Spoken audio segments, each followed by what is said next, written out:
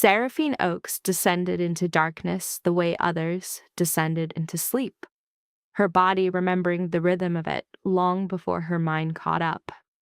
13 years of mornings that never quite arrived.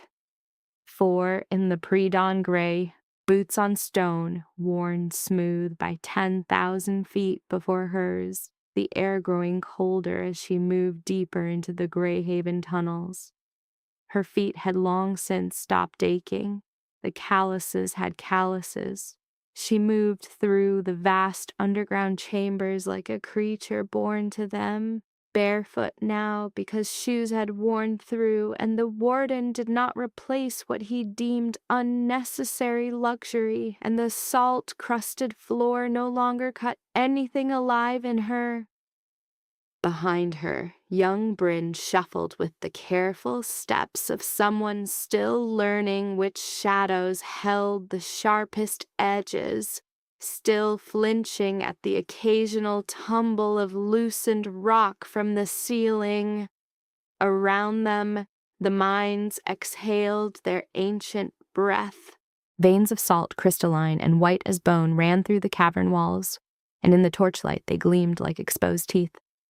Seraphine had always thought of it that way, had always imagined the mountain as a creature sleeping around them, its mouth propped open by all their labor. The air hung thick with salt dust, fine enough to catch the light, thick enough to taste on every breath. It coated the inside of her lungs the way time coated memory, a slow accumulation that never quite washed out. Around the broader chambers, other collared omegas had already begun their work.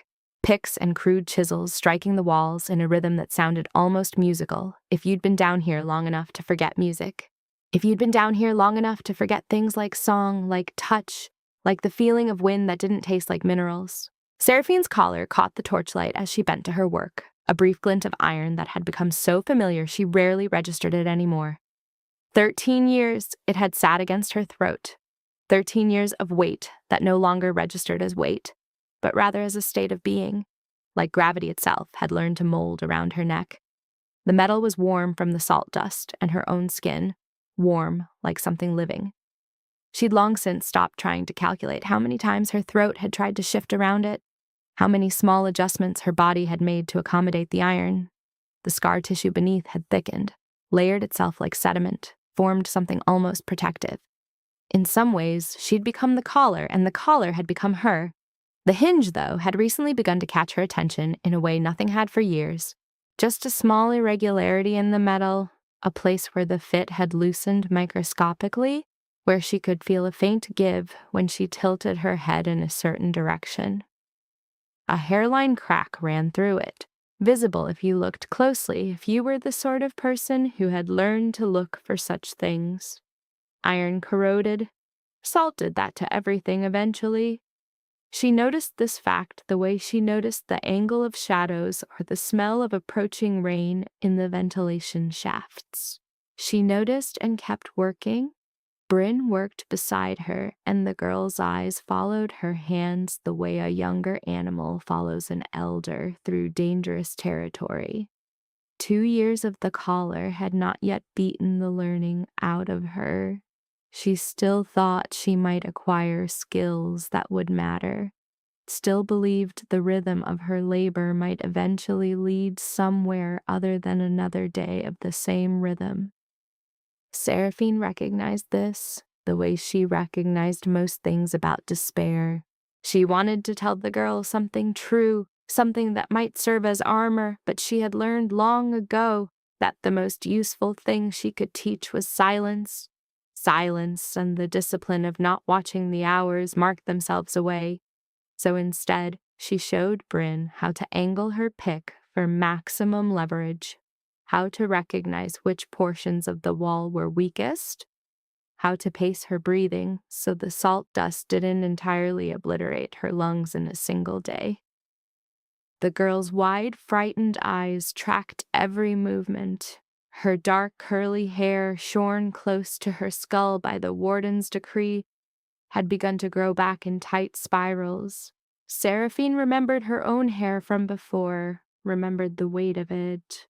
though the memory had worn smooth and strange by now, like a stone tumbled too long in water. Warden Aldrich Thorne arrived mid-morning, descending into the mines the way a man descends into someone else's living room, with the casual authority of possession. He was soft. This was the word that best described him, though it had nothing to do with kindness. His hands had never known tool work. His pale skin had never burned beneath the same sun that blazed outside these tunnels. He wore fine wool even down here, even in the salt dust that settled on everything like a second skin. As he moved through the chambers, he counted. It was audible, almost, the clicking of his mind, cataloging and calculating. Collars. He counted collars the way a merchant counted coins, each one a unit of production, each soft clink of metal against metal, a reassurance of value. Behind him, a younger man carried ledgers and marking instruments. Thorne stopped here and there, examining the output, calculating yields, watching the workers as though they were machines that might require maintenance or replacement. When he passed Seraphine's station, his eyes gave her the briefest acknowledgement before moving on. She was consistent. Her numbers were reliable. She represented no problem requiring his attention. After he passed, his absence created a strange suction in the air, a release of a tension no one admitted existed while he was present. Several workers shifted their positions slightly, eased their grips on their tools, seemed to take their first full breaths in minutes. The salt dust continued its slow descent through the torchlight. A rock tumbled from somewhere high above, echoed down through chambers and tunnels until it sounded like thunder produced by a distant god. Seraphine continued working.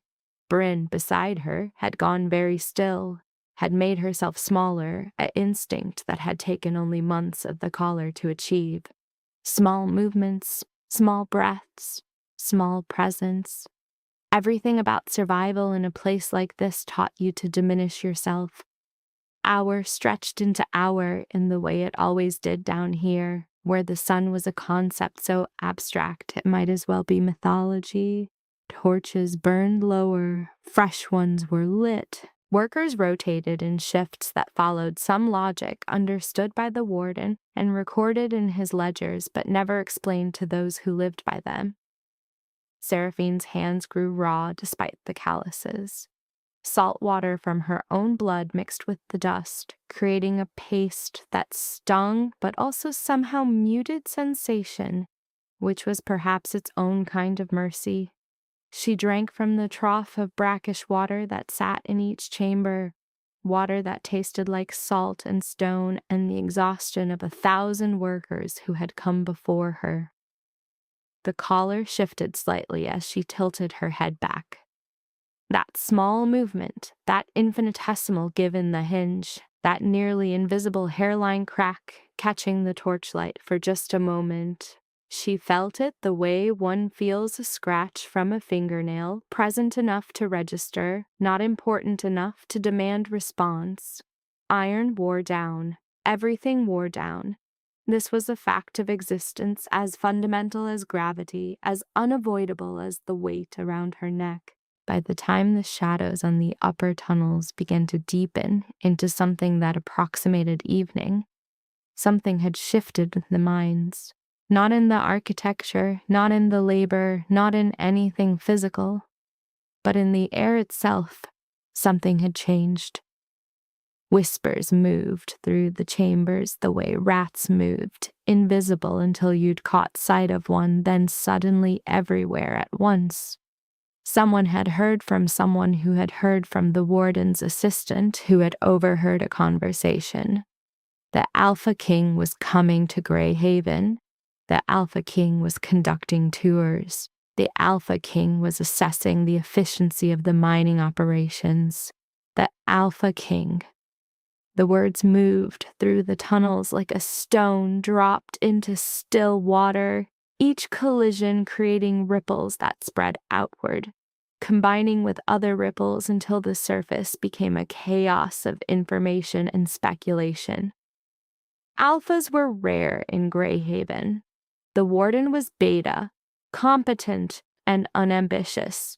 The handful of alphas who worked the upper levels and administrative offices were not the sort of legends that got whispered about, not the sort whose mere arrival caused a palpable shift in temperature throughout an entire network of caverns.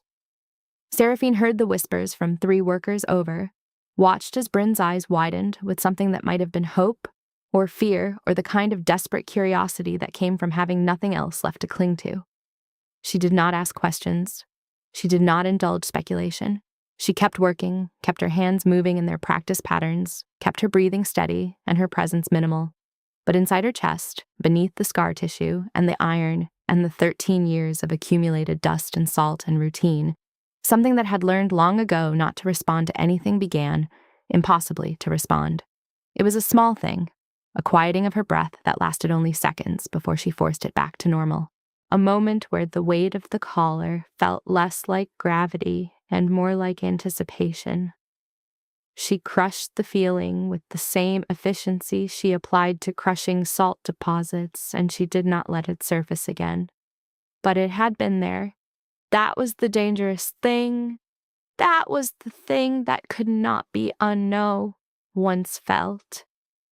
Bryn looked at her, and in the girl's frightened face, Seraphine saw her own younger self, saw the person who had first walked into these mines 13 years ago, still believing that circumstances changed, that situations improved, that iron was temporary. She wanted to tell her that the Alpha King meant nothing, that titles and power meant nothing down here, where everything was salt and shadow and the slow grinding erosion of hope. But before she could form the words, even in her head, Bryn returned to her work, and Seraphine realized that perhaps the girl already knew this. Perhaps they all knew it, all of them wearing iron around their throats, all of them grinding salt from stone with bare hands and broken tools. And perhaps that knowledge was exactly why the whisper about the Alpha King moved through the tunnels with such terrible, almost irresistible urgency. Because in places where nothing changed, the mere possibility of change became everything. It became the salt that flavored every breath. It became the weight that pressed against every collar. Seraphine descended further into her work as the evening deepened, as the torches burned lower, as the whispers about the Alpha King continued their silent, relentless circulation through the salt chambers of Greyhaven.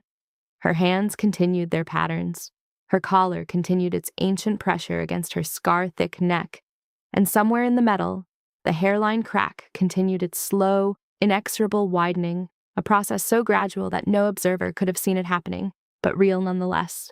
Iron corroded, salt ate at all things, and even when you had learned not to hope, even when you had learned that 13 years could stretch into forever, even then, there was always the possibility of change, moving through the tunnels like water through porous stone, reaching toward you whether you welcomed it or not. Morning broke gray over Greyhaven, and the dust rose from the roads like the breath of something waking. 20 riders came down the northern pass, their horses moving with the precision of a heartbeat. No banners flew ahead of them. No heralds announced their arrival. Emmerich Ashford, the Alpha King of 5 territories and master of the abolition, rode at their center with his shoulders set level, his pale gray eyes fixed on the settlement sprawling beneath the mountains like a scar. Marshal Cale Strand rode to his left, broad-shouldered and patient, his dark brown hands easy on the reins. To his right, 3 captains in gray livery flanked the royal company. Behind them, riders in unmarked cloaks, soldiers, scholars, witnesses. Not an army, never an army. Emmerich had learned that armies only proved what the collar system already knew, that power could be imposed through force. He had come to Greyhaven to prove something else entirely. That power could be unmade by will. Settlement itself was built in terraces descending toward the mines. Stone buildings, gray and weathered, rose from packed earth. Salt rime covered every surface, a white film that made the world appear drained of blood. Above it all, the mine entrance yawned like a mouth, dark and breathing. Salt smoke curled from the vents. Workers were visible even from this distance, small figures moving in organized efficiency, and among them, the glint of iron. Collars, dozens of them, catching the weak morning light. As they descended the path, the details sharpened. Individual collars became visible now, the iron rings distinct against the darker skin of those who wore them. Men, women, children, all marked, all claimed by the system that had deemed them lesser at birth by virtue of biology alone. Emmerich counted them without meaning to, some instinct in him tallying the burden. 17 visible in the nearest section, 22 in the distant quarrying area. His eyes kept moving, kept cataloging, kept building the weight of evidence that his mind would carry with him into the darkness below. Emmerich's jaw tightened once, only once. He pressed his heels forward, and his horse picked up a steady pace down the path. Warden Aldrich Thorne was waiting at the settlement's central square. He was a broad man of 52, his dark brown skin weathered to leather, his head shaved, his heavy jaw set in what he clearly intended as a welcoming expression. Behind him stood his administrative staff and the settlement foreman, all arranged like an honor guard. Thorne moved forward as Emmerich dismounted, and the practiced courtesy in his voice was oily enough to coat the air. The king had come in person. What an honor! What unexpected fortune that Emmerich would grace Greyhaven with his presence. Thorne extended his hand in the old gesture, fingers up, wrist open, a sign of deference that held no actual deference at all. Emmerich took his hand for exactly as long as was required by courtesy. His grip was steady. His eyes did not blink. Thorne's smile broadened. He spoke of production numbers and quarterly outputs. He spoke of the Empire's need for salt, the trade routes that depended on Greyhaven's output, the stability that the current system provided. He spoke of the workers themselves, the collars not as restraint but as identification, as belonging, as the natural ordering of things. He guided them toward his administrative building, still talking, still smiling, confident in the economic argument the way men always are when they have never had to sleep in a collar. Emmerich listened without expression. His hands did not move from his sides. When Thorne finally paused for breath, the king asked a single question. He wished to see the mines. Thorne's smile faltered, just for a moment. The salt mines were no place for royalty, he explained with unfortunate candor. The dust, the darkness, the conditions. It was not suitable for a man of Emmerich's station. Emmerich's pale gray eyes fixed on the warden's face. The statement hung between them, and in that silence, something shifted. Thorne understood finally that this was not a request. He ordered the descent prepared. Mine entrance was wider than it appeared from above. Wooden supports rose from the floor, dark with age and moisture, reinforcing the ceiling. Lamps hung at intervals, filled with burning oil that threw dancing shadows across stone walls. Everything smelled like salt and deep earth and the particular mineral scent of things buried far from sunlight. Below that, something else. Something like sweat and despair, human and ancient, layered into the stone itself. Workers moved through the tunnels with the practiced efficiency of ants, filling baskets, loading carts, moving salt toward the processing centers in an endless cycle of labor. And everywhere, the collars, iron rings around necks, rust blooming in places where sweat and moisture had worked against the metal. Some newer, some ancient, all of them catching the lamplight with a dull, accusatory gleam. Emmerich walked through the tunnels with Thorne behind him, Marshal Strand at his shoulder, and the rest of the party following in careful progression. Workers did not stop. They did not look up. They had been trained in the art of invisibility, and they executed that training with precision. But Emmerich felt the weight of their awareness, the invisible current of attention that followed him deeper into the earth. His presence was a disturbance, a disruption to the careful equilibrium of silence and survival they had constructed. His eyes adjusted slowly to the darkness. At first the collars had seemed mere iron, functional restraints, but as the lamps cast their light across that metal, he began to see them as they truly were, each one a story, each one a theft, each one a statement made in iron that said certain lives were not whole, not free, not their own. Some bore the fine scratches of fingers that had clawed at them. Others showed deep gouges where metal had bitten through skin repeatedly, leaving marks that would never fully fade. He saw testimony written in rust and damage and desperate human struggle against something that would not yield. Deeper still, Thorne was speaking again, explaining the ore composition, the layers of mineral deposits, the technique of salt extraction. His voice echoed off stone, flattened and strange in the compressed air of the tunnels. Behind them, the entrance grew smaller, a pale square of daylight that seemed very far away and very precious, like a memory already becoming uncertain. Air itself was changing as they descended. It grew thicker, heavier, laden with salt crystals that coated the throat and lungs with each breath. It was not quite choking, not quite pain, but something between the two. Emmerich breathed through his mouth, though the taste of salt and mineral dust accumulated on his tongue, ancient and mineral and utterly foreign to the world of daylight. His eyes watered slightly from the irritant suspended in the underground atmosphere. Some of the older workers had wrapped cloth around their faces, but many simply endured, their bodies adapted or broken or both. Walls became wetter as they descended deeper. Moisture ran in thin rivulets down the stone, creating patterns that almost looked like deliberate carving. It dripped steadily, and Emmerich realized that the tunnels were weeping, that the stone itself was crying from the assault of extraction and exposure. Salt deposits gleamed in the lamplight like exposed bone. Thorn continued his explanation, but Emmerich heard only the echo of it now, his focus narrowing to the physical sensations of descent. His breathing was measured, controlled, but something was changing in the set of his shoulders. His hand had risen unconsciously to his own throat, to the thin scar that ran across it like a story written in his own flesh. It was in the deepest section that he saw her. She worked at a wall where the salt was being cut loose from stone, her hammer striking in a rhythm that had nothing to do with consciousness.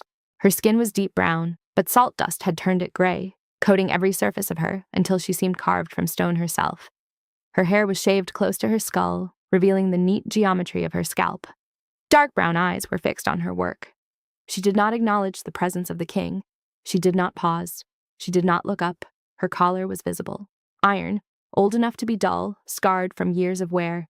And there, on the right side, where the iron curved around her neck, a crack ran through the metal like a lightning bolt. Not deep enough to break it. Not yet, but present, a failure in progress, a promise that even iron could fracture, given enough time. Emmerich stopped walking. Marshal Strand felt it immediately, the shift in his king's posture, and came to a halt beside him. Thorn, continuing his explanation, did not notice at first.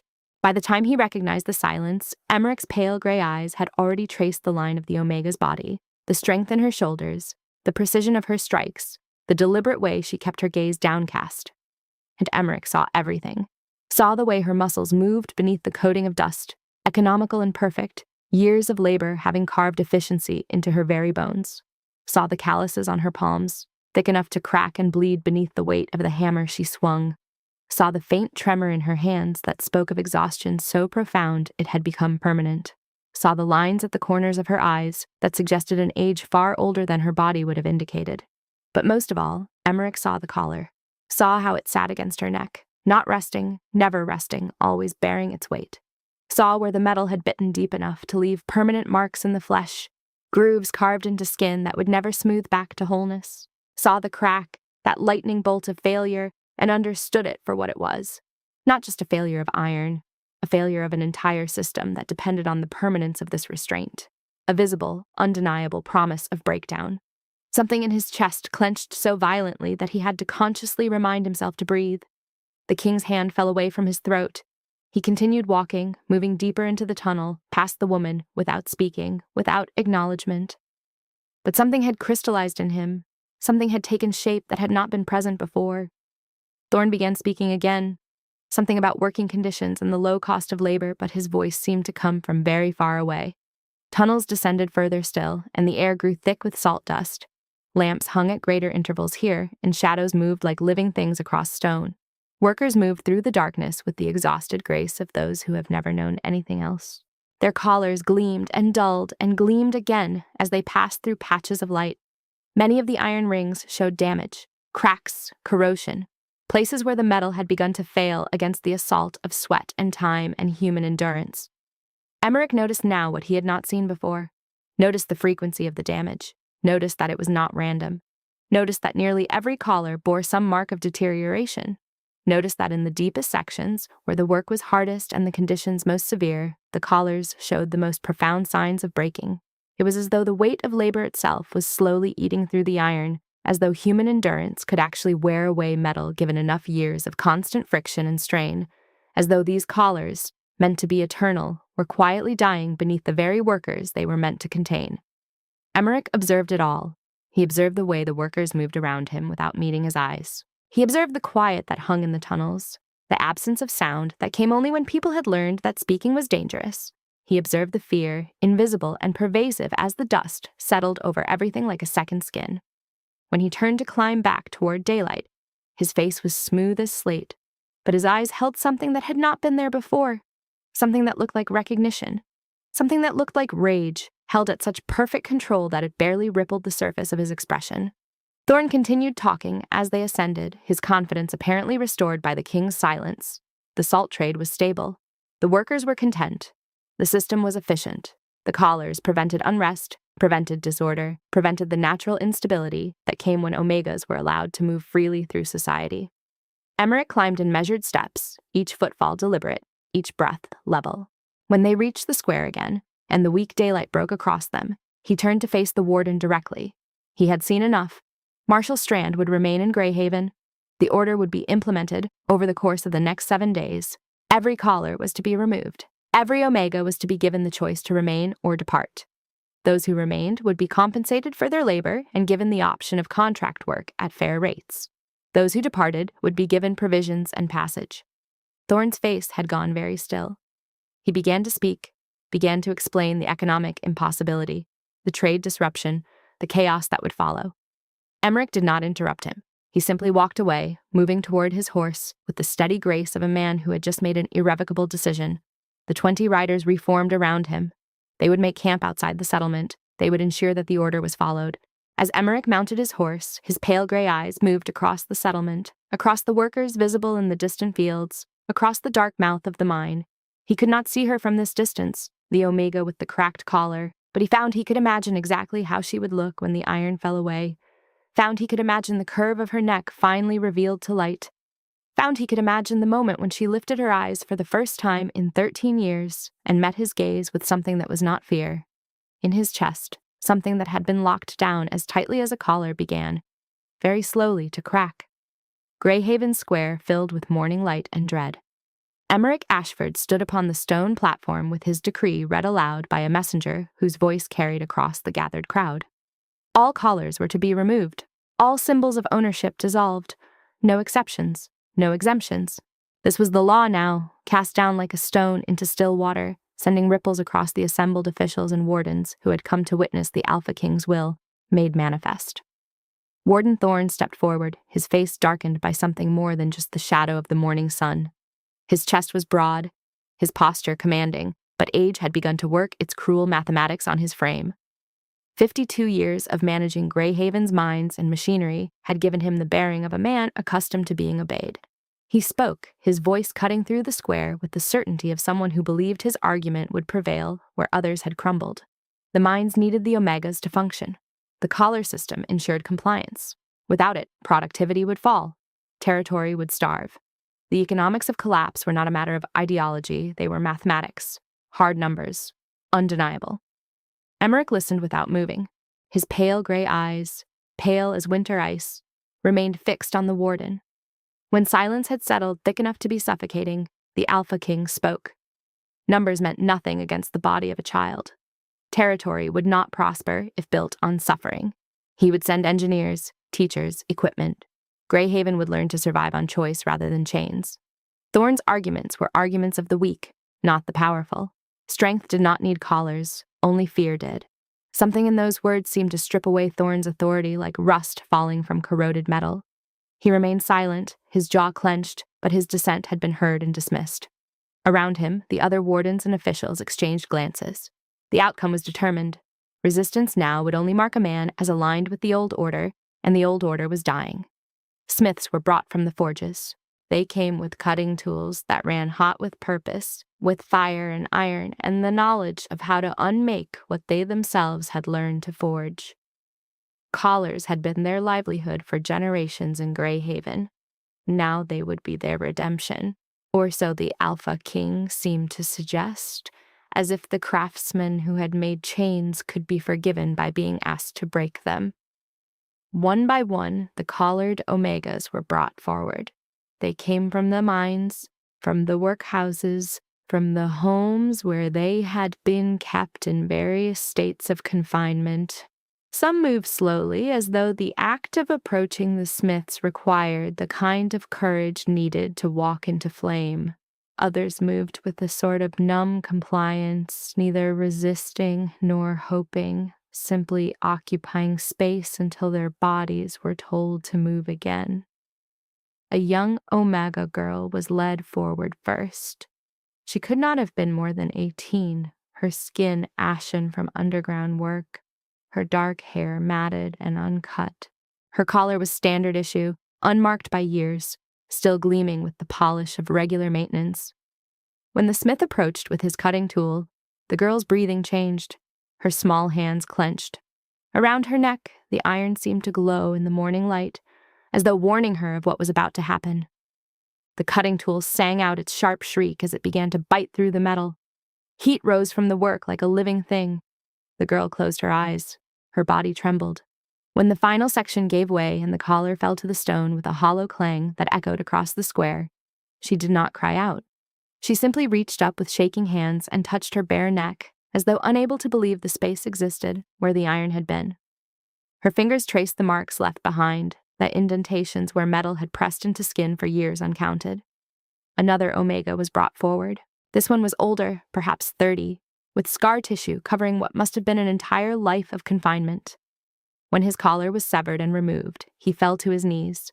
His shoulders shook with something that might have been sobs, or might have been laughter, or might have been some third thing entirely for which no word existed. He touched the marks around his neck and wept without sound, his body speaking what his voice could not manage. Others came, a woman with gray threading through her dark hair, who stood perfectly still as the cutting began, her expression fixed and distant, as though she had already left her body and was watching from somewhere far away. She did not react when the collar fell. She did not cry or gasp or speak. She simply stood there, her hands at her sides, and stared at nothing, while the smith wiped away the residue of the cutting from her neck. An Omega, whose collar had begun to fuse with infected skin, was brought forward, and the smith examined him carefully, then gestured for someone to bring water and cloth. The removal took longer. It took gentleness. It took the admission that some wounds were too deep to be healed by speed or force.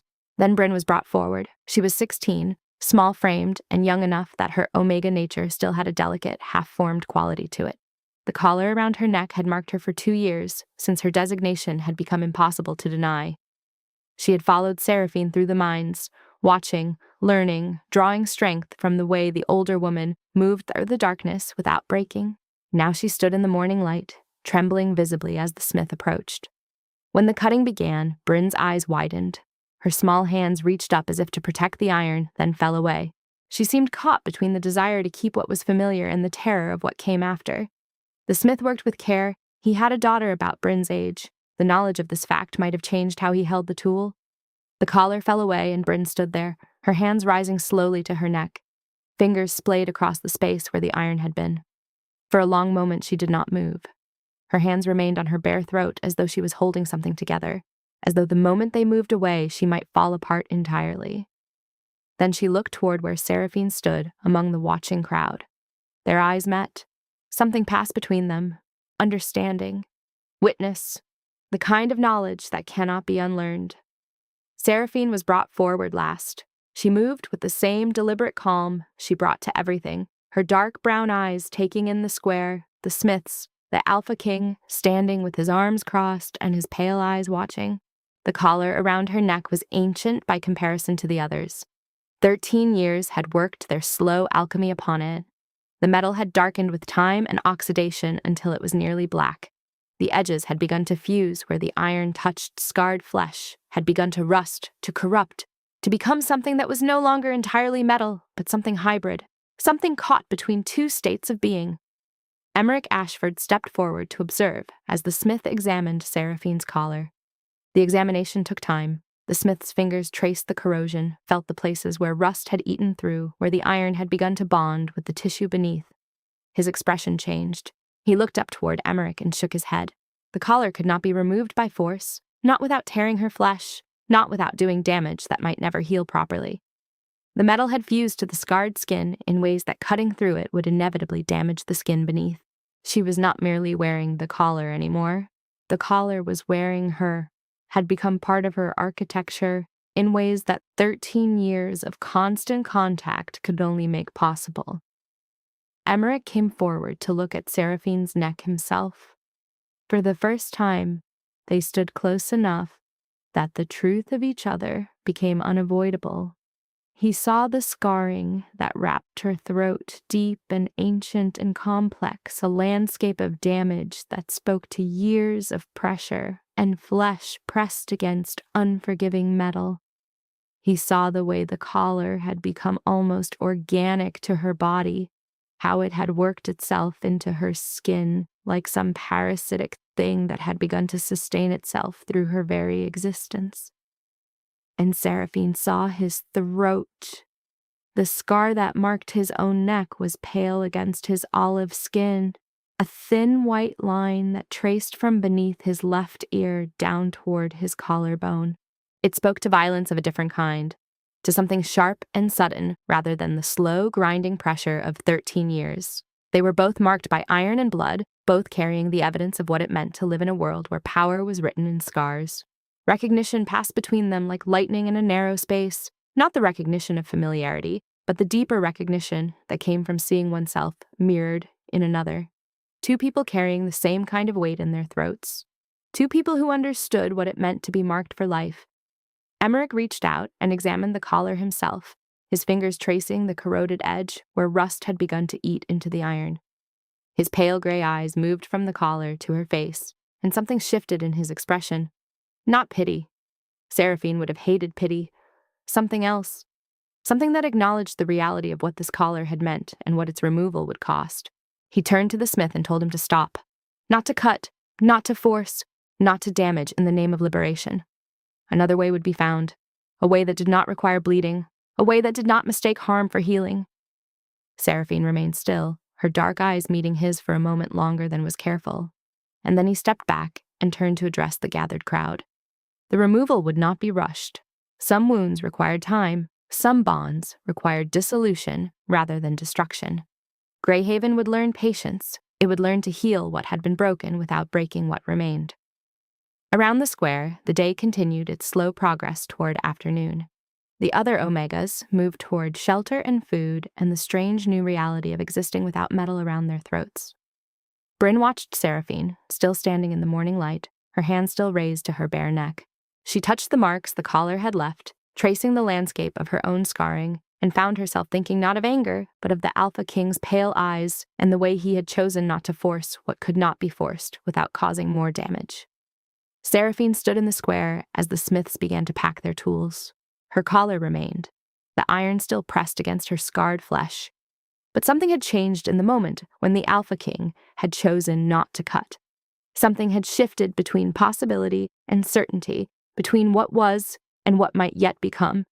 6 days had passed since Emmerich Ashford ordered the collars removed. 5 had been taken, 1 remained. Seraphine's neck bore the evidence of 13 years of corrosion, a dark ring of oxidized metal that had fused to her skin in ways the healers could not immediately untangle. Where iron met flesh, there was no clear boundary anymore. The collar had become part of her anatomy, a barnacle of authority that even submission would not dislodge. Emmerich had brought in the finest metalsmith in 3 territories, a man named Corsic, who worked in the old style, heating and shaping metal with a patience that bordered on meditation. For 6 days, Corsic had studied the collar without touching it, running his calloused fingers along its edge, testing its weight, breathing its air as if iron had a language he needed to learn. The other prisoners, now designated as formerly incarcerated workers, a distinction that sounded revolutionary and meant nothing to anyone still waiting for the infrastructure to support actual freedom, had been moved to temporary housing in the upper city. They were eating 3 meals a day. They were sleeping in beds. They were beginning to move through the world with the careful hesitation of people learning that no one would beat them for moving too slowly. It was not freedom, but it was distance from the mines, and distance was sometimes the closest thing to mercy that could be purchased in a single transaction. Seraphine had not left the capital. Emmerich had asked her once if she wished to return to the North Territories. She had told him that she had seen mines from every direction but inside them, and the inside had been long enough. He had not pushed further. They had begun instead to occupy the same space in ways that surprised them both. Not with intimacy, but with something more fundamental. Conversation. It happened in the royal workshop where Corsic maintained his forge. Seraphine would come in the afternoon, once the work of study had finished, and before the dangerous heat of true work began. She would sit on the stone bench, never the chairs, always the bench, as if her body still remembered that softness was a privilege, and she would speak. Not about the collar, never about the collar, about the mines. The geology of them, she explained, was not what outsiders imagined. Not chaos, not blackness, but structure. Tunnels breathed, she said. The pressure systems created movement in the air that followed patterns as reliable as weather. She had mapped them with her body before her mind understood what she was doing. She could navigate by the direction of wind, by the temperature gradient, by the subtle shift in atmospheric density that marked transition points between deeper and shallower passages. She had taught herself this the way the body learns a language it has been forced to speak, through immersion and necessity and the slow accumulation of knowledge that came from paying attention to everything. Emmerich listened the way he had always listened, with his full being oriented toward understanding. His pale gray eyes did not soften. They did not offer sympathy. They simply tracked the movement of her words, the way her hands traced invisible tunnel walls as she spoke, the places where her voice shifted register without her awareness. He was still the Alpha King. That had not changed. But in the workshop, with the smell of coal and hot metal around them, they negotiated something that existed in the space between authority and autonomy. She was not grateful. Gratitude would have been a lie, and she had no use for lies anymore. He did not expect gratitude. He simply asked her questions and waited for her answers to arrive fully formed, without apology. How many levels did the deepest mines extend? At least 7, she said.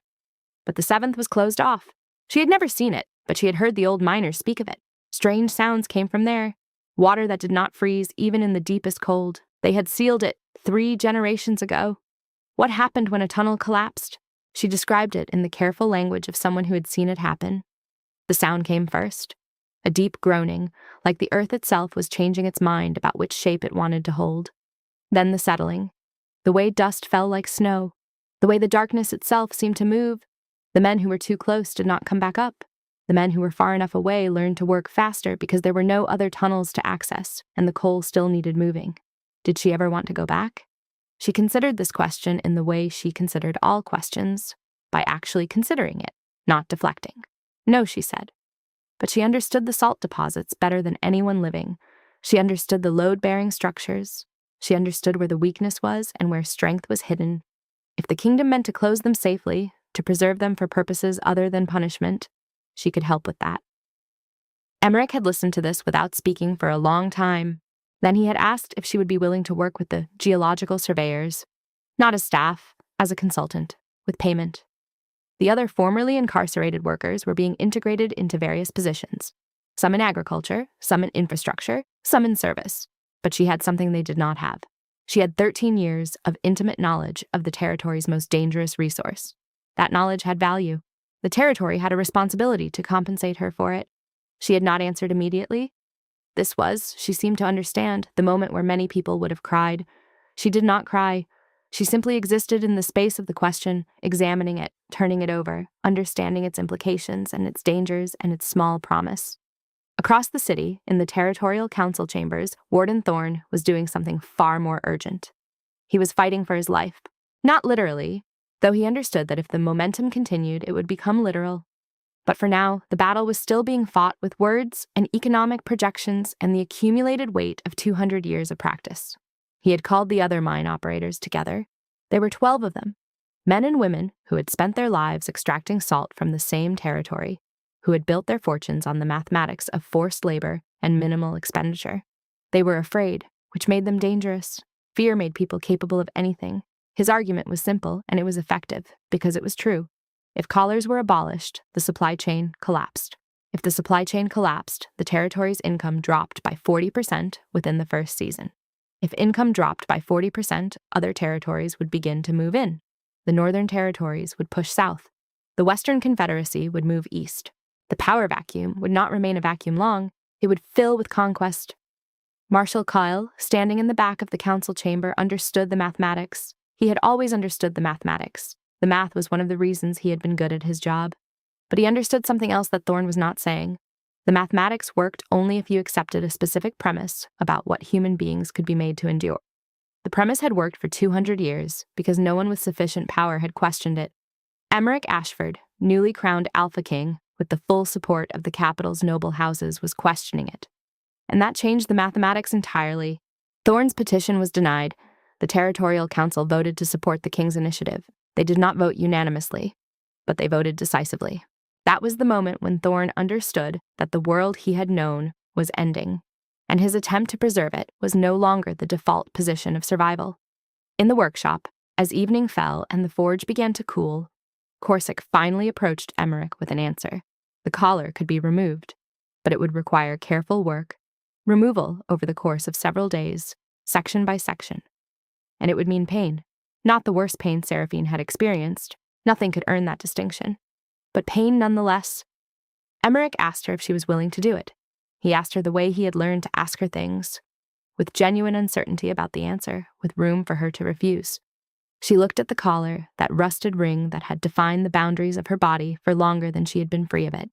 She said yes, but not for the reasons Emmerich was likely imagining. She said yes because the collar had taken 13 years from her, and every day it remained was another day she was letting it decide what she would be. She said yes because she understood now that safety was a kind of luxury, and she had never been the sort of person who could afford luxuries. She said yes because the geometry of removal was knowledge, and she had spent her life learning that knowledge was the only thing that could not be taken from her. Corsic began the next morning. The work was meticulous and slow. He used tools that heated and reshaped, that carefully loosened the bond between iron and skin without tearing flesh away. Seraphine sat perfectly still, her breathing controlled, her eyes fixed on a point in the middle distance that no one else could see. She had learned, in the mines, to exist inside her own body as a separate thing from the sensation of it. She used that skill now. By the third day, the first section was completely removed. By the fifth, the collar was gone entirely, leaving only a pale scar on her dark skin, a thin line of unmarred flesh where iron had been. Emmerich came to see her after the final section was removed. She was standing at the window of the workshop, looking out at the city that had become her territory, as much as it was his. Her hand was at her throat, fingers tracing the place where the collar had been, as if confirming that the boundary was real. He stood beside her without speaking for a long time. Then he asked if she felt different. She considered this. She told him that she did not. The collar was gone, but the shape of it remained. She could still feel its weight, its constraint, the way it had defined the edges of who she was allowed to be. That would take longer to remove. That might never be fully removed. Emmerich understood this. He had a scar of his own, running down the length of his throat, a thing he never spoke of, but that Seraphine had learned was the mark of his own kind of bondage. Some chains, once removed, left marks that told their own story forever. He told her that the surveyor work would begin in the new season, that she would have authority over the direction of the surveys, that the maps she helped create would replace the old ones, that nothing he could do would take back the 13 years. But what he could do was change what those years meant going forward. She did not thank him. She did not smile. She simply nodded, her hand still at her throat, feeling the air where the collar had been, learning what freedom felt like on skin that had forgotten how to hold it. Outside the workshop, the city was beginning to change. Small changes, mostly. A different kind of labor system being tested, new laws being written, the Territorial Council meeting again and again, trying to solve the problem that had finally been made visible, that the economy they had built was not broken because the collars were removed, but had been breaking all along. The collars had simply hidden the damage. Now that the damage was visible, building something new became not a choice, but a necessity. Warden Thorne was packing his possessions. He had been told he was free to leave the territory. Free, but not welcomed. Free, but not forgiven. Free in the way that a door is open and waiting, and you must walk through it or be pushed. Seraphine reached for the cup of water on the low table beside her, her fingers extending toward it with the careful deliberation of someone who had learned long ago that sudden movements drew attention. She was sitting in the study where they kept the records now, surrounded by ledgers and wax seals, helping Bryn understand the hierarchy of names and titles that governed the territory. It was ordinary work, quiet work, the kind of work that allowed her mind to rest in something other than survival. Her hand stretched perhaps 6 inches, her neck rotated with the small, practiced turn that had become second nature. The motion was so slight, so insignificant, that anyone watching would have missed the exact moment it happened. They would have heard it instead. A crack like old wood breaking, a sound as though something ancient had finally surrendered to the weight of years. Seraphine's hand froze. Her body went rigid. Around her neck, where 13 years of iron had lived and breathed against her skin, the corroded collar gave way at its hinge. It did not shatter. It did not bend with dramatic finality. Instead, it simply opened, as though it had been waiting for permission all along, and fell away from her throat. It struck the floor with a dull thud that seemed to echo through the study far longer than physics could explain. Bryn looked up from the ledger. Bryn's eyes widened, moving from Seraphine's face to the broken collar on the stone floor. Seraphine stood very still. Her hand remained extended toward the cup, suspended in the air like a statue frozen mid-gesture. Every muscle in her body had locked, and beneath her shaved scalp, her jaw tightened so severely that her temples began to ache. She could feel the blood moving differently through her neck now, could feel the absence of pressure as a presence of its own. 13 years of weight, of corroded iron sitting against her throat like a second skin, and suddenly there was nothing. Nothing but air and the ridged, scarred tissue that the collar had created in its long occupation of her body. She lowered her hand. She did not reach for the water. Instead, her fingers moved slowly upward, rising toward her throat with the tentativeness of someone approaching something sacred or dangerous or both. Her palm pressed flat against her neck, feeling the landscape of scars that had been hidden beneath iron for so long that she had nearly forgotten what that particular stretch of her skin felt like. It was ridged. It was raw in places, though the rawness was old now. It was covered in small indentations, the marks where the metal had pressed against her day after day, season after season, year upon year. She did not cry. She had not cried when they brought her to this place. She had not cried when Emmerich ordered her chain removed. She did not cry now. What she did instead was stand in the afternoon light of the study, her dark eyes fixed on nothing, her hand touching her own throat as though meeting herself for the first time. Bryn had begun to rise from her chair, but something in the quality of Seraphine's stillness made her pause. She sat back down, understanding without words that this moment belonged only to Seraphine, and that any interruption would be a violation. It took some time. Minutes, perhaps, though time had a strange quality in the study at that hour. Eventually, Seraphine lowered her hand. Her dark eyes found Bryn, and she nodded once. The gesture said what she could not quite say aloud. I am here. I am still myself. The absence is not destruction. Bryn understood. She reached down and picked up the broken collar from the floor. Within the hour, Cale had been told, and within another hour, Emmerich had come. He moved through the doorway of the study with the careful deliberation of someone approaching an artifact that might shatter. His pale gray eyes found Seraphine first, assessed her for damage the way he always did, and then his gaze fell to the collar that Bryn had placed on the long wooden table. She had not chosen to put it in Seraphine's hands. She had understood, with the wisdom of the young, that some distances were necessary. Emmerich crossed the room without sound. His olive skin seemed darker in the afternoon light, and the scar at his throat caught the window's illumination as he moved. He reached for the collar with both hands, and Seraphine could see the care in his fingers as he lifted it. It was light now, she realized, just metal and rust and the echo of what it had been, without a body beneath it to give it weight.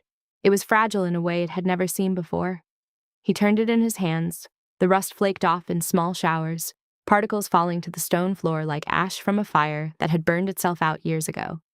The iron underneath was darker, stained in ways that could never be cleaned away.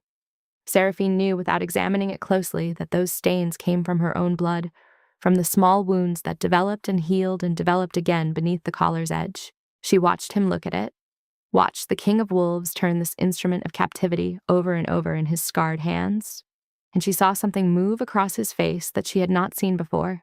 Not anger, not pity. Something harder than pity and older than rage. He turned back to her. The study had gone very quiet. Even Bryn, who had been so still that she had nearly become furniture, seemed to be holding her breath. Permission was what he was asking, though he had not yet spoken the words. His pale eyes held the question. Is it mine to take? Is it mine to remake? Seraphine held his gaze for a long moment. She looked at the broken collar in his hands, really looked at it, and she thought about 13 years. She thought about the weight of it. She thought about the way a thing that was meant to break you could instead forge you into something harder than the iron that had tried to hold you down. She thought about the woman she might have been if the collar had never been placed around her neck, and then she let that thought go. because that woman had never existed. Only this woman existed, the one who had endured. She nodded. The gesture was small, but it was absolute. Emmerich did not speak. He did not thank her. Instead, he brought the collar to his chest, cradling it the way another man might cradle something precious.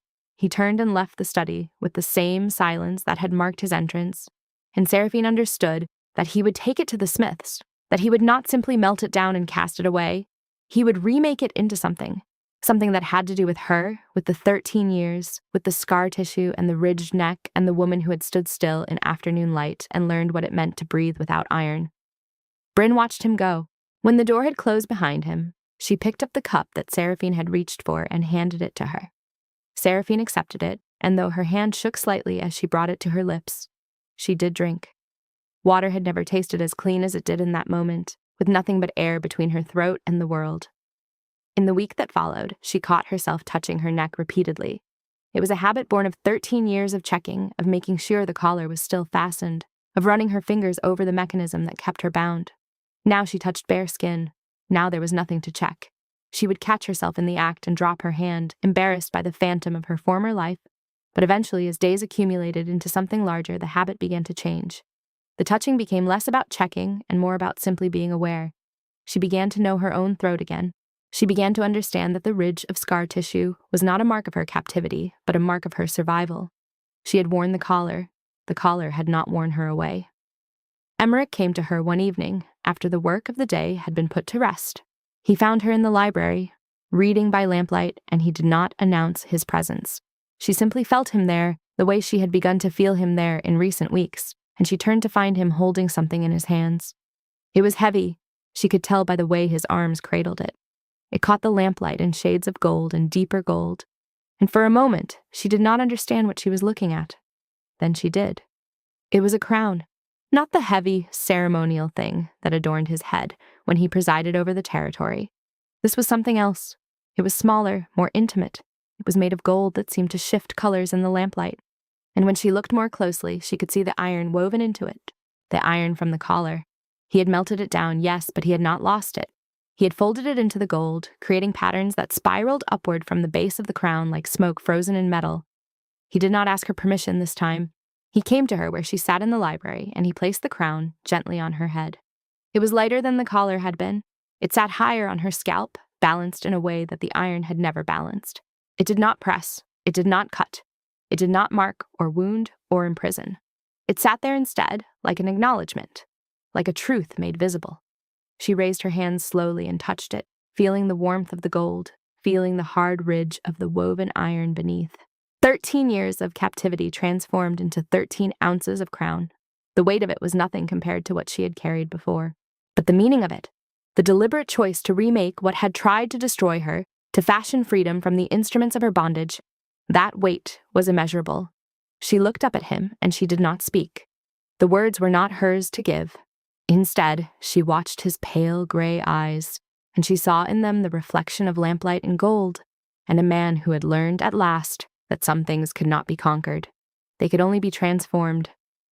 She leaned forward slightly, and she felt the crown settle more firmly on her head, and she understood that this was the moment the story had been moving toward all along. Not the moment the collar fell away, though that had been necessary, but this moment now, with 13 years of iron remade into a crown, with her hand on her own throat and her head held high, with the woman who had been bound learning at last what it meant to wear the weight of her own transformation. Outside the library, night had fully fallen. Somewhere in the territory beyond the walls, wolves were running, and their songs cut through the darkness with the sound of something wild and free. Seraphine sat in her chair with a crown on her head, made from the chains that were no longer there, and she listened to them sing. She had been a captive long enough. She was a queen now, not because a king had declared it so, though he was a king who had melted iron for her, but because she had survived the 13 years and become something harder and more precious than anything the smiths could have forged. She was crowned in her own endurance. She was crowned in her own resistance. She was crowned in the terrible, beautiful transformation of pain into power, and no amount of iron, gold, or ceremony could make that crown sit any differently than it did. Broken metal does not mend itself. It transforms, or it sits in rust, bearing witness to its own decay. Emmerich Ashford learned this truth in the private chambers of his metalsmith. where heat bends even the hardest things into new shapes. The collar that had circled Seraphine Oakes's throat for 13 years arrived in pieces, corroded into fragments that barely held together. The rust was a kind of record, each flake a year, each discoloration a season of rain and sweat, and the slow corruption of iron that had been forged to cage. The metalsmith studied the fragments with the reverence of an archaeologist examining artifacts of a civilization he wished had never existed. His name was Ashbourne, a man with fire-scarred forearms and the kind of focus that made silence feel like a conversation.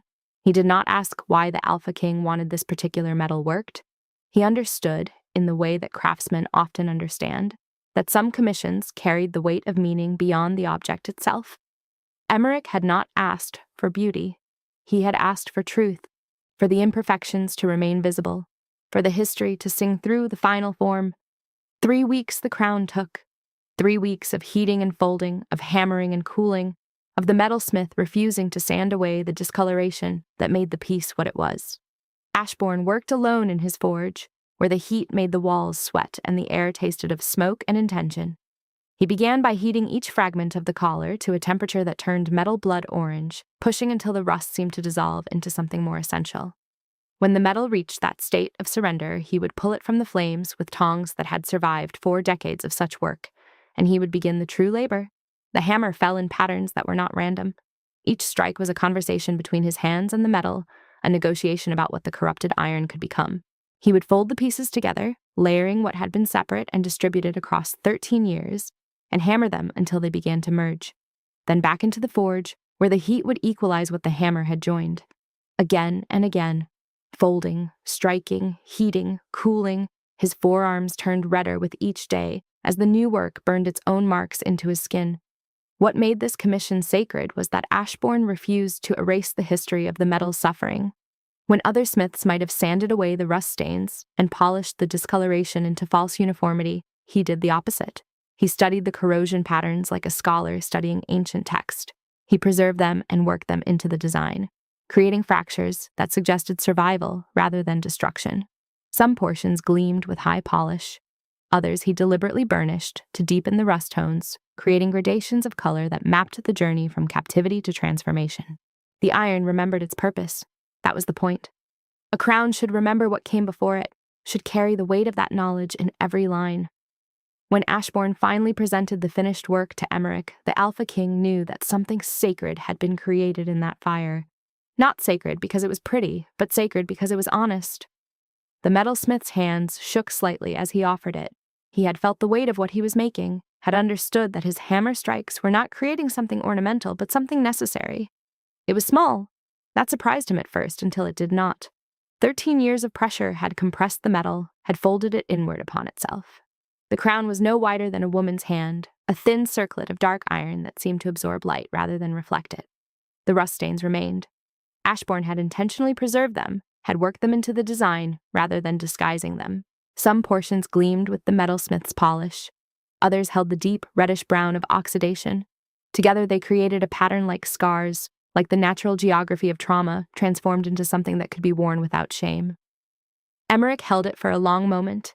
He thought about what it meant to hand something like this to someone who had worn the collar. He thought about the difference between a symbol given and a symbol chosen. And then he did what needed to be done. Greyhaven's central plaza had been transformed. Not decorated, not dressed up in the way of grand ceremonies. Instead, it had been cleared. The space where markets once thrived, where the city conducted its business, had been emptied of commerce and filled with omegas. Hundreds of them. Some bore the lighter marks of recent bonds broken. Some wore the deeper scars of longer captivity. All of them had chosen to be present. All of them had been told what was coming, though not the specifics. They understood, on some level that transcended explanation, that the Ashford heir was about to do something unprecedented. Emmerich stood in the center of that gathered crowd, and he was alone, except for Cale, who stood at a distance, a silent witness and guardian both.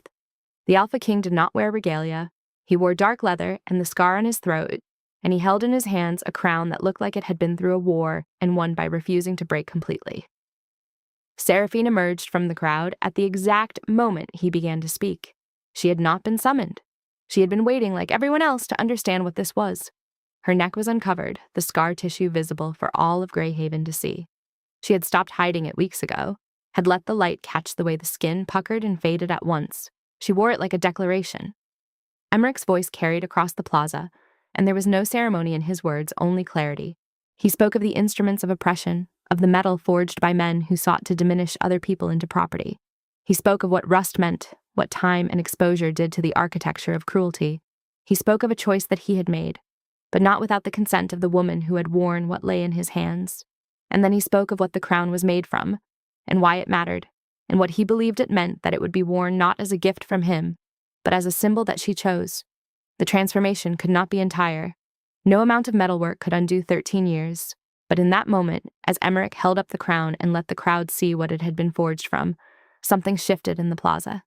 The Omegas who had gathered began to understand that transformation did not require forgetting, that what had been used to break them could be unmade and reformed, that the only way forward was not to erase what had happened, but to make it into something different. Seraphine walked toward Emmerich through the center of the crowd. The gathering of Omegas parted for her like water, and in that parting was a kind of recognition that had nothing to do with rank or station. She came to stand before him, and he offered her the crown. What happened next was not what the Alpha King had fully anticipated, though perhaps it should have been. Seraphine took the crown in both hands. The weight of it surprised her, though she could not have said why. She had expected it to be lighter, perhaps, as if the transformation from instrument of captivity to symbol of reclamation would have made the iron somehow less dense. Instead, it held all its weight, all its history, all the compressed years, in its small, dark circumference. She turned it slowly in her hands, her fingers tracing every surface. The rust marks were like landscapes, like maps of suffering rendered in oxides and time. She could feel where Ashbourne's hammer had struck, could sense the exact moment when brutality had been transformed into craftsmanship. The smooth places spoke of intention. The rough portions whispered of what had demanded to remain visible. Seraphine looked up at Emmerich for only a moment, and in that moment the Alpha King understood that she was not asking permission. She was offering him the courtesy of her gaze, acknowledging him as witness, but her decision had already been made. Her fingers moved to her own temples. She lifted the crown to the height of her shaved head, and she did not hesitate. She did not seek confirmation. She placed it herself, the dark iron settling around her skull with a solidity that felt almost inevitable, as if it had always been waiting for this moment, for this specific woman, for this exact placement. The gesture was simple. It was absolute. It was the entire story told in a single action. She did not bow. She did not kneel. She did not accept it as a gift from the Alpha King or acknowledge him in any formal way. She simply took what was hers by right of survival, what was hers by right of the years she had spent refusing to be diminished, even when the collar was at its tightest. The crown sat on her shaved head, like it had always belonged there, like the rust marks and the dark iron were speaking a language that only she understood completely. Emmerich stepped back. He had meant to say more, had prepared words about what her freedom meant and what this crown represented, but he recognized in that moment that she had said what needed saying. The words had all been hers to begin with, and she had spoken them by refusing to accept the crown from anyone else's hands. Bryn stood in the crowd, watching. The young Omega, only 16, watching the woman who had taught her how to survive, watching herself take something back that had been taken from her. The scar on Bryn's own neck seemed to ache with recognition, seemed to understand that this moment was not just about Seraphine, but about all of them. She thought of the day Seraphine had shown her the collar in Emmerich's study, had taught her to see the rust not as decay, but as evidence. Now that evidence hung from the woman's own brow, transformed and terrible and beautiful in a way that made Bryn's chest contract with something between grief and hope. Around Bryn, the gathered Omegas reacted in silence. They did not cheer, they did not applaud. Instead, something happened that had no name in the formal language of Greyhaven. A kind of breathing, a collective exhalation that seemed to draw all the air from the plaza and return its change. The reaction began at the center, with those closest to Seraphine, and rippled outward through the assembled crowd like a stone dropped into still water. Some closed their eyes. Some reached toward their own necks, touching the scars there, as if to confirm they were real. that the suffering had been real, and that it could be witnessed without requiring explanation or apology. An older Omega, her collar scars so deep they had become silver with age, sank to her knees, not in deference, but in the kind of release that comes when the body can no longer hold what the mind has been carrying. Those around her reached down without ceremony, steadied her, held her upright. The gesture spread through the crowd like a contagion. Omegas supporting Omegas, hands touching arms, not in organized sympathy, but in something more fundamental, acknowledgement of what they had each endured, and recognition that what Seraphine was doing extended the possibility of transformation to all of them. The architecture of their oppression could be dismantled, one piece at a time, and what was dismantled could be remade into something no one had ever thought to create before. That knowledge moved through the gathering like a current, like the beginning of something that could not be stopped. Seraphine stood in the center of the plaza, the crown on her head, the scar on her neck fully visible. She did not smile. She did not raise her arms in victory or acknowledgement. She simply stood, her body upright and unflinching, her expression a kind of clarity that had nothing to do with happiness and everything to do with completion. The dark iron circlet caught what little light remained in the plaza, held it, refused to release it. In that refusal was all the defiance of her 13 years, distilled into a single object worn by a single woman who had learned to be unbroken, not by escaping her bonds, but by understanding them so completely that she could transform their very substance. She was not a queen. She was not a Luna in any traditional sense. She was a woman who had worn the instruments of her captivity until they rusted away, and who had chosen to wear their memory instead. She was something the kingdom had never quite known how to name, and that namelessness was part of her power. The crown did not elevate her above the other Omegas in the plaza. Instead, it elevated the possibility that all of them carried within themselves, the capacity to survive, to understand, to transform, and to choose how that transformation would be worn and witnessed. Her shaved head made the crown more visible, more stark. The rust marks on the dark iron seemed to pulse with a light that came from within the metal itself. She could feel its weight around her temples, could feel the places where it rested against her skull. It was not uncomfortable. It was not a burden. It was a presence, a reminder of what she had carried and what she had overcome, now worn openly where once she had been forced to hide even the knowledge of her own suffering. Standing there, Seraphine understood what she had never fully grasped before. The collar and the crown were not opposite things. They were the same metal, the same iron, the same history. The only difference was choice. She had worn the collar without choosing it. She wore the crown because she could not imagine not wearing it, because it was the truest statement she could possibly make about who she had become and what that becoming meant. Emmerich watched her from his position at the edge of the gathering. He understood, finally, what the crown really was. It was not a symbol of his absolution. It was not a debt repaid or a gesture of reconciliation. It was proof that what had been meant to diminish could be transformed into something that elevated. Not because the thing itself was beautiful, the crown was beautiful only because it refused to hide what it had been, but because the act of transformation, chosen and deliberate, was a kind of power that no amount of status could match. In the days that followed, the metalsmith received requests from across Greyhaven.